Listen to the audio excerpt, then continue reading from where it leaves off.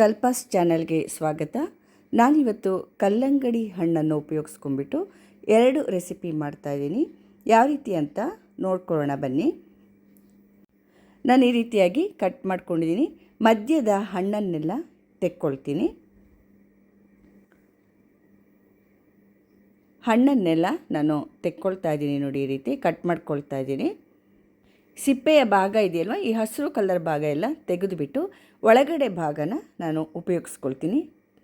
ಈಗ ಈ ಹಣ್ಣಲ್ಲಿ ಅರ್ಧ ಭಾಗನ ಹಾಗೆ ನಾನು ಪೆಪ್ಪರ್ ಹಾಗೂ ಸಾಲ್ಟ್ ಹಾಕ್ಕೊಂಡ್ಬಿಟ್ಟು ಯೂಸ್ ಮಾಡ್ತೀವಿ, ತಿಂತೀವಿ ಅದನ್ನು. ಇನ್ನು ಅರ್ಧ ಭಾಗದಲ್ಲಿ ನಾನು ಒಂದು ರೆಸಿಪಿ ಮಾಡ್ತೀನಿ, ಸ್ವೀಟ್ ರೆಸಿಪಿ. ಈ ಕಲ್ಲಂಗಡಿ ಸಿಪ್ಪೆಯಲ್ಲಿ ನಾನು ಈ ರೀತಿ ತೆಗೆದಿಟ್ಕೊಂಡಿದ್ದೀನಿ. ನೋಡಿ, ಕಲ್ಲಂಗಡಿ ಸಿಪ್ಪೆನ ಇದರಲ್ಲಿ ನಾನು ಪಲ್ಯ ಮಾಡ್ಕೊಳ್ತೀನಿ. ಒಂದು ಭಾಗದಲ್ಲಿ ಪಲ್ಯ ಮಾಡ್ತೀನಿ, ಇನ್ನೊಂದು ಭಾಗದಲ್ಲಿ ಇನ್ನೊಂದು ರೆಸಿಪಿ ಮಾಡ್ತೀನಿ. ನಾಳಿನ ಎಪಿಸೋಡಲ್ಲಿ ಅದು ಬರುತ್ತೆ. ಈಗ 2 ಟೇಬಲ್ ಸ್ಪೂನ್ನಷ್ಟು ಎಣ್ಣೆ ಹಾಕ್ಕೊಂಡಿದ್ದೀನಿ. ಸಾಸಿವೆ ಅರ್ಧ ಸ್ಪೂನು, ಜೀರಿಗೆ ಅರ್ಧ ಸ್ಪೂನು, 1.5 ಟೇಬಲ್ ಸ್ಪೂನಿನಷ್ಟು ಕಡಲೆಬೇಳೆ ಹಾಕ್ಕೊಂಡು ಕಡಲೆಬೇಳೆ ಕೆಂಪಗಾಗೋವರೆಗೆ ಹುರ್ಕೊಳ್ತಾ ಇದ್ದೀನಿ. 2 ಈರುಳ್ಳಿಯನ್ನು ಈ ರೀತಿಯಾಗಿ ಕಟ್ ಮಾಡ್ಕೊಂಡ್ಬಿಟ್ಟು ಹಾಕ್ಕೊಂಡಿದ್ದೀನಿ. ಕರಿಬೇವು ಸ್ವಲ್ಪ, ಹಸಿರು ಮೆಣಸಿನ್ಕಾಯಿ 2 ಉದ್ದವಾಗಿ ಈ ರೀತಿ ಕಟ್ ಮಾಡಿಬಿಟ್ಟು ಹಾಕ್ಕೊಂಡು ಈರುಳ್ಳಿ ಕೆಂಪಗಾಗೋವರೆಗೆ ಇದನ್ನು ಫ್ರೈ ಮಾಡ್ಕೋಬೇಕು. ಈರುಳ್ಳಿ ಸ್ವಲ್ಪ ಟ್ರಾನ್ಸ್ಪರೆಂಟ್ ಆದಮೇಲೆ ಶುಂಠಿ ಬೆಳ್ಳುಳ್ಳಿ ಪೇಸ್ಟನ್ನು ಹಾಕ್ಕೊಂಡಿದ್ದೀನಿ. ಅದರ ಹಸಿ ವಾಸನೆ ಕೂಡ ಹೋಗಬೇಕು. ಅನಂತರ ಇದಕ್ಕೆ 2 ಟೊಮೆಟೊ ಹಾಕ್ಕೊಂಡು ಅದನ್ನು ಕೂಡ ಸ್ವಲ್ಪ ಮೆತ್ತಗಾಗೋವರೆಗೆ ಫ್ರೈ ಮಾಡ್ಕೋಬೇಕು. ಈಗ ನೋಡಿ, ಸ್ವಲ್ಪ ಮೆತ್ತಗಾಗಿದೆ. ಈ ಟೈಮಲ್ಲಿ 1 ಟೀ ಸ್ಪೂನ್ನಷ್ಟು ಖಾರದ ಪುಡಿ, 1 ಟೀ ಸ್ಪೂನ್ ಧನಿಯಾ ಪುಡಿ, ಅರ್ಧ ಟೀ ಸ್ಪೂನ್ ಅರಿಶಿಣದ ಪುಡಿ, 1/4 ಟೀ ಸ್ಪೂನ್ನಷ್ಟು ಗರಂ ಮಸಾಲ ಹಾಕ್ಕೊಂಡು ಎಲ್ಲ ಕ್ಲೀನಾಗಿ ಫ್ರೈ ಮಾಡ್ಕೋಬೇಕು. ಎಲ್ಲದ್ರದ್ದು ಹಸಿ ವಾಸನೆ ಹೋಗಬೇಕು. ಆಮೇಲೆ ಇದಕ್ಕೆ ಕಲ್ಲಂಗಡಿ ಸಿಪ್ಪೆನ ಕಟ್ ಮಾಡ್ಕೊಂಡಿದ್ದೆ ಅಲ್ವಾ, ಅದನ್ನು ಹಾಕ್ಕೊಂಡು ಕ್ಲೀನಾಗೆಲ್ಲ ಮಿಕ್ಸ್ ಮಾಡ್ಕೊಳ್ತಾ ಇದ್ದೀನಿ. ನೋಡಿ, ಎಲ್ಲ ಕ್ಲೀನಾಗಿ ಮಿಕ್ಸ್ ಮಾಡ್ಕೊಂಡ್ಮೇಲೆ ನೀರು ಹಾಕ್ಕೊಳ್ತಾ ಇದ್ದೀನಿ. ಒಂದು ಅರ್ಧ ಕಪ್ಪಿನಷ್ಟು ನೀರನ್ನು ಹಾಕ್ಕೊಂಡು ಮತ್ತೆ ಎಲ್ಲ ನೋಡಿ, ಇಷ್ಟು ನೀರು ಕಾಣಿಸ್ತಿದೆ ಅಲ್ವಾ, ಆ ಥರ ನೀರು ಹಾಕ್ಕೊಂಡ್ಬಿಟ್ಟು ಎಲ್ಲ ಮಿಕ್ಸ್ ಮಾಡಿ ಲಿಡ್ನ ಕ್ಲೋಸ್ ಮಾಡಿ 15 ನಿಮಿಷಗಳವರೆಗೆ ಇದನ್ನು ಬೇಯಿಸ್ಕೋಬೇಕಾಗತ್ತೆ. ಮಧ್ಯದಲ್ಲಿ ಒಂದು ಸಲ ಮುಚ್ಚಳ ತೆಗೆದುಬಿಟ್ಟು ಮತ್ತೊಂದು ಸಲ ಕೈ ಆಡಿಸ್ಕೊಟ್ಬಿಟ್ಟು ಮತ್ತೆ ಮುಚ್ಚಳ ಮುಚ್ಚಿ ಒಟ್ಟು 15 ನಿಮಿಷಗಳ ಕಾಲ ಇದನ್ನು ಬೇಯಿಸ್ಕೋಬೇಕಾಗತ್ತೆ. ಈಗ 15 ನಿಮಿಷ ಆಗಿದೆ. ನೋಡಿ, ಮುಚ್ಚಳನ ತೆಗೆದಿದ್ದೀನಿ. ನೀರು ನೋಡಿ ಕರೆಕ್ಟಾಗಿದೆ. ನಾನು ಅರ್ಧ ಕಪ್ಪು ನೀರು ಹಾಕಿದ್ದೆ ಅಲ್ವಾ, ಅದನ್ನೆಲ್ಲ ಹೀರ್ಕೊಂಡು ಕರೆಕ್ಟಾಗಿದೆ. ರುಚಿಗೆ ತಕ್ಕಷ್ಟು ಉಪ್ಪು ಹಾಕ್ಕೊಳ್ತಾ ಇದ್ದೀನಿ. 3/4 ಟೀ ಸ್ಪೂನು ಉಪ್ಪನ್ನು ಹಾಕ್ಕೊಂಡು ಕ್ಲೀನಾಗೆಲ್ಲ ಮತ್ತೆ ಮಿಕ್ಸ್ ಮಾಡ್ಕೊಳ್ತಾ ಇದ್ದೀನಿ. ನೀವು ಬೇಕಿದ್ದರೆ ಎಲ್ಲದನ್ನು ಹಾಕಿಬಿಟ್ಟು ಕುಕ್ಕರಲ್ಲಿ ನೀವು ಬೇಯಿಸ್ಕೋಬೋದು. 1 ಅಥವಾ 2 ವಿಷಲ್ ಆದರೆ ಸಾಕಾಗತ್ತೆ ಕುಕ್ಕರ್ನಲ್ಲಿ. ಕೊನೆಯಲ್ಲಿ ಇದಕ್ಕೆ 2 ಟೇಬಲ್ ಸ್ಪೂನ್ನಷ್ಟು ಕಾಯಿ ತುರಿ ಹಾಗೂ ಸ್ವಲ್ಪ ಕೊತ್ತಂಬರಿ ಸೊಪ್ಪನ್ನು ಹಾಕ್ಕೊಳ್ತಾ ಇದ್ದೀನಿ. ಅದನ್ನು ಹಾಕ್ಕೊಂಡ್ಮೇಲೆ ಎಲ್ಲ ಕ್ಲೀನಾಗಿ ಮಿಕ್ಸ್ ಮಾಡ್ಕೋಬೇಕು. ಲೋ ಫ್ಲೇಮ್ನಲ್ಲಿದೆ, ಈಗ ಗ್ಯಾಸು ಲೋ ಫ್ಲೇಮ್ನಲ್ಲಿ ಇಟ್ಕೊಂಡಿದ್ದೀನಿ. ನೋಡಿ, ಎಲ್ಲ ಕ್ಲೀನಾಗಿ ಈ ರೀತಿಯಾಗಿ ಮಿಕ್ಸ್ ಮಾಡಿಕೊಂಡು ಕೊನೆಯಲ್ಲಿ ಒಂದು 2 ನಿಮಿಷ ಈ ರೀತಿ ಮುಚ್ಚಿಬಿಟ್ರೆ ಎಲ್ಲ ಕ್ಲೀನಾಗಿ ಸೆಟ್ ಆಗುತ್ತೆ. ಮುಚ್ಚಿಬಿಟ್ಟು ಲೋ ಫ್ಲೇಮ್ನಲ್ಲಿ ಹಾಗೆ ಬಿಟ್ಟಿದ್ದೆ. ಇವಾಗ ತೆಗೆದಿದ್ದೀನಿ. ನೋಡಿ, ಕರೆಕ್ಟಾಗಿದೆ. ಕಲ್ಲಂಗಡಿ ಸಿಪ್ಪೆಯ ಪಲ್ಯ ತುಂಬ ಟೇಸ್ಟಿಯಾಗಿರುತ್ತಿದ್ದು, ಸಖತ್ತು ರಸವತ್ತಾಗಿ ತುಂಬಾ ಚೆನ್ನಾಗಿರುತ್ತೆ. ರೊಟ್ಟಿ ಚಪಾತಿಗಂತೂ ತುಂಬ ಟೇಸ್ಟಿಯಾಗಿರುತ್ತೆ. ದೋಸೆ ಇಡ್ಲಿಗೂ ಕೂಡ ಹೊಂದಿಕೆ ಆಗುತ್ತೆ. ಈಗ ನೋಡಿ, ಕಲ್ಲಂಗಡಿ ಹಣ್ಣು ಅರ್ಧ ನಾನು ಉಪಯೋಗಿಸ್ಕೊಂಡಿದ್ದೀವಿ, ಇನ್ನು ಅರ್ಧ ಇತ್ತಲ್ವ, ಇದರಲ್ಲಿ ಒಂದು ಸ್ವೀಟ್ ಮಾಡ್ತಾಯಿದ್ದೀನಿ. ನಾನಿವಾಗ ಒಂದು ಮಿಕ್ಸಿ ಜಾರಿಗೆ ಈ ಹಣ್ಣನ್ನೆಲ್ಲ ಹಾಕ್ಕೊಳ್ತಾ ಇದ್ದೀನಿ. ನೋಡಿ, ಬೇಕಿದ್ರೆ ನೀವು ಬೀಜ ಎಲ್ಲ ತೆಗೆದುಬಿಟ್ಟು ಹಾಕ್ಕೋಬೋದು. ನಾನು ಹಾಗೆ ಹಾಕ್ಕೊಳ್ತಾ ಇದ್ದೀನಿ. ಈಗ ಇದನ್ನು ನುಣ್ಣಗೆ ಮಿಕ್ಸಿಗೆ ಹಾಕ್ಕೊಂಡು ಬರಬೇಕು. ನುಣ್ಣಗೆ ಮಿಕ್ಸಿಗೆ ಹಾಕಿದ್ದೀನಿ. ಈಗ ಶೋಧಿಸ್ಕೊಳ್ತಾ ಇದ್ದೀನಿ. ನೋಡಿ, ಒಂದು ಪ್ಯಾನ್ಗೆ ಇದನ್ನೆಲ್ಲ ಶೋಧಿಸ್ಕೊಳ್ತಾ ಇದ್ದೀನಿ. ಬೀಜ ಹಾಗೆ ಹಾಕಿರೋದ್ರಿಂದ ಶೋಧಿಸ್ಕೊಳ್ಳೋದು ಒಳ್ಳೆಯದು. ಅಕಸ್ಮಾತ್ ಹಣ್ಣಿಂದೇನಾದರೂ ಸ್ವಲ್ಪ ಗಟ್ಟಿಯಾಗಿ ಉಳ್ಕೊಂಡಿದ್ರೆ ಈ ರೀತಿ ಶೋಧಿಸ್ಕೊಂಡು ಮಾಡ್ಕೊಳ್ಳೋದು ತುಂಬ ಒಳ್ಳೆಯದು. ಈಗೆಲ್ಲ ಕ್ಲೀನಾಗಿ ಶೋಧಿಸ್ಕೊಂಡಿದ್ದೀನಿ. ನೋಡಿ, ಸ್ವಲ್ಪ ಉಳ್ಕೊಳ್ತಲ್ವ, ಇದನ್ನು ಮತ್ತೆ ಮಿಕ್ಸಿ ಜಾರ್ಗೆ ಹಾಕ್ಕೊಂಡ್ಬಿಟ್ಟು ಅದಕ್ಕೆ ನೋಡಿ ಈ ಥರ ಮಿಕ್ಸಿ ಜಾರ್ಗೆ ಹಾಕ್ಕೊಳ್ತಾ ಇದ್ದೀನಿ. ಅದಕ್ಕೆ ಒಂದು ಅರ್ಧ ಕಪ್ಪಷ್ಟು ನೀರನ್ನು ಹಾಕ್ಕೊಂಡ್ಬಿಟ್ಟು ಮತ್ತೆ ಎಲ್ಲ ಕ್ಲೀನಾಗಿ ರೀತಿ ಜಸ್ಟ್ ಮಿಕ್ಸ್ ಮಾಡ್ತಾಯಿದ್ದೀನಿ ಅಷ್ಟೇ. ಮಿಕ್ಸ್ ಮಾಡಿಬಿಟ್ಟು ಅದನ್ನು ಮತ್ತೆ ಶೋಧಿಸ್ಕೋಬೇಕು.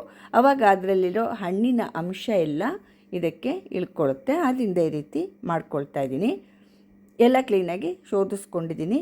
ನೋಡಿ, ಒಂದು ಕಪ್ಪಲ್ಲಿ ನಾನು ಅರ್ಧ ಕಪ್ಪಿನಷ್ಟು ಕಲ್ಲಂಗಡಿ ಹಣ್ಣಿನ ಜ್ಯೂಸ್ ತೊಗೊಂಡು ಅದಕ್ಕೆ ಅರ್ಧ ಕಪ್ಪಷ್ಟು ಕಾರ್ನ್ಫ್ಲೋರ್ನ ಹಾಕ್ಕೊಳ್ತಾ ಇದ್ದೀನಿ.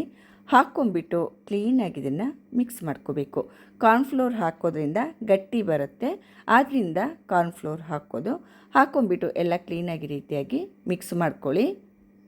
ಬೇರೆ ದೊಡ್ಡ ಬಟ್ಲಿಗೆ ಕೂಡ ನೀವು ಹಾಕ್ಕೊಂಡು ಈ ರೀತಿ ಮಿಕ್ಸ್ ಮಾಡ್ಕೋಬೋದು. ಬೇಗ ಕರಗುತ್ತೆ ಕಾರ್ನ್ಫ್ಲೋರು. ಈಗ ಗ್ಯಾಸ್ ಮೇಲೆ ನಾನು ಕಲ್ಲಂಗಡಿ ಹಣ್ಣಿನ ರಸ ಇಟ್ಕೊಂಡಿದ್ದೀನಿ ನೋಡಿ, ಕುದೀತಾ ಇದೆ. ಈ ರೀತಿ ಕುದಿಬೇಕು. ಚೆನ್ನಾಗಿ ಕುದ್ದಾಗ ಅರ್ಧ ಕಪ್ಪು ಸಕ್ಕರೆ ಹಾಕ್ಕೊಂಡಿದ್ದೀನಿ. ಈ ಹಣ್ಣಿನ ಜ್ಯೂಸು 3.5 ಕಪ್ಪಿದೆ. 3.5 ಕಪ್ಪಿಗೆ ಅರ್ಧ ಕಪ್ಪು ಸಕ್ಕರೆ ಹಾಕ್ಕೊಂಡಿದ್ದೀನಿ ನೋಡಿ. ಈಗ ಕಾರ್ನ್ಫ್ಲೋರ್ನ ಮತ್ತೆ ಎಲ್ಲ ಕ್ಲೀನಾಗಿ ಮಿಕ್ಸ್ ಮಾಡಿಬಿಟ್ಟು ಹಾಕ್ಕೊಳ್ತಾ ಇದ್ದೀನಿ. ಈ ಕಪ್ಪು ಮೆಜರ್ಮೆಂಟಲ್ಲೇ ಎಲ್ಲ ನಾನು ತೊಗೊಂಡಿರೋದು. ಈ ಥರ ಮಿಕ್ಸ್ ಮಾಡ್ತಾನೇ ಇರಬೇಕು. ಸ್ವಲ್ಪ ಸ್ವಲ್ಪನೇ ಹಾಕ್ಕೊಂಡು ಈ ರೀತಿಯಾಗಿ ಮಿಕ್ಸ್ ಮಾಡ್ತಾನೇ ಇರಬೇಕು. ಕೈ ಬಿಡಬಾರ್ದು, ಯಾವುದೇ ಕಾರಣಕ್ಕೂ ಕೈ ಬಿಡಬಾರ್ದು. ಹಾಗೆ ನಾನು ಹಾಕ್ಕೊಳ್ತಾ ಪೂರ್ತಿ ಹಾಕ್ಕೊಂಡೆ ನೋಡಿ. ಇವಾಗ ಹಾಕ್ಕೊಂಡ್ಮೇಲೆ ಕ್ಲೀನಾಗಿ ಎಲ್ಲ ಮಿಕ್ಸ್ ಮಾಡ್ತಾನೇ ಇರಬೇಕು.